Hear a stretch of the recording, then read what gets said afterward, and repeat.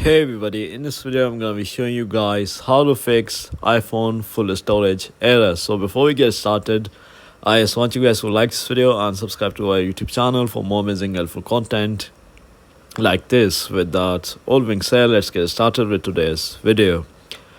Alright guys, so first of all, you can delete all the unnecessary applications from your iPhone. So just choose whichever application you think is unnecessary and delete it by clicking on removing app. This is the first method. The second method is you can go to settings and go to storage like this, and you can offload your applications like this. This will delete all the cache data of your applications. And the third step is that you can delete some photos and videos. I'm not going to open my photos and videos, but you can delete your photos and videos.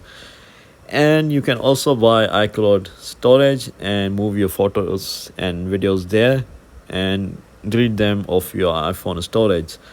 So these are some steps that you can use to fix this error, guys. If you found this video will be helpful, then thanks for watching, and I'll see you in the next video very soon. Peace.